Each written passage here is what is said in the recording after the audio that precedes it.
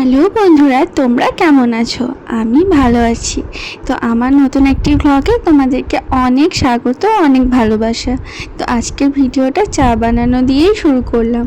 তো সকালবেলায় উঠে আমি চা বানাচ্ছি। তো বাবা এখনও ওঠেনি, তো ও উঠে গেলে তো অনেকটা কাজ বেড়ে যাবে। তো সেই জন্য রান্নাবান্নাটা আমি আগেই সেরে রাখার চেষ্টা করি। তো এই দেখো, আমি এই চাটা ওকে দিয়ে আসি, তারপর আমি রান্নাবান্না শুরু করব। তো আজকে রান্নাতে বিশেষ কিছু করব না, ওই যে একটু ডিমের ঝোল করব আর ডাল, একটু ঢ্যাঁড়স ভাজা, ব্যাস এটুকুই। আর একটু আলু সেদ্ধ তো থাকে। তো চলো তোমরা ভিডিওটা পুরোটা দেখতে থাকো। আর আমার ভিডিও যদি তোমাদের ভালো লাগে তাহলে প্লিজ লাইক করে দিও, শেয়ার করে দিও আর সাবস্ক্রাইব করে দিও। তো এই দেখো, আমি ঢ্যাঁড়স ভাজাটাও হয়ে গেছে, ডালটা ঝুঁকে নেব। আর এখন আমি ডিমের ঝোলটা বসিয়ে দিয়েছি গ্যাসে। তো মা তো আজকে নিরামিষ খাবে না, তো শুধুমাত্র দুটো, ওর একটা আমার একটা ডিম দিয়ে দিলাম। আগে ওকে আমি গাজর, কুমড়ো এগুলো রোজই দিতাম, কিন্তু এখন ডক্টর কিছুদিন ওকে বারণ করেছে, কারণ ওর হাত পাগুলো না একটু হলুদ হলুদ লাগছিলো, সেই জন্য। তো এখন ওকে আমি কি করি, এই যে ডালের মধ্যে অল্প একটু ভাত, একটু টমেটো, একটু ঘি, লবণ এইসব দিয়ে পেস্ট করে দিই আর কি।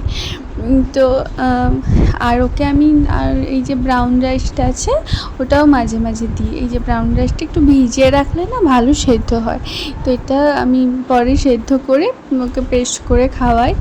খেজুর দিয়ে, ওকে আমি চিনি দিই না। তো এই দেখো, ও উঠে গেছে। তো মানে বলতে পারো প্রতিটা দিনের বেস্ট মুভমেন্ট এটা। ও ঘুম থেকে উঠলে ওকে একটু এই আদর করা, চটকানো এইগুলো। তো তো এখন উঠে গেছে, এখন ওকে আমি খাওয়াবো, স্নান করাবো, এই করতে করতেই মোটামুটি 12:30 একটা বেজেই যায়। তা সেই জন্য আগে রান্নাটা সেরে রাখলে এগুলো তোমার সুবিধা হয়।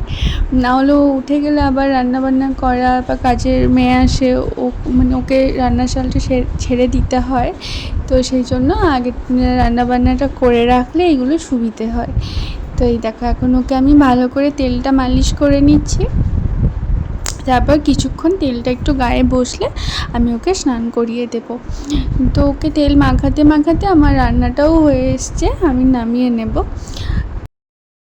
এই দেখো, সন্ধ্যাবেলায় বাবা একটু ঘুমিয়ে পড়েছিল, তো তখন কি করব করে আমি এখন কেক বানাতে শুরু করেছি। আগেও একদিন বানিয়েছিলাম, তো মোটামুটি খারাপ হয়নি, ভালোই হয়েছিল। তো ওটা আমি ননস্টিকের প্যানে বানিয়েছিলাম। তো আজকে ইচ্ছে করলো যে একটু কুকারে বানিয়ে দেখি। তো এই দেখো, মোটামুটি খারাপ হয়নি, ভালোই হয়েছিল এটাও।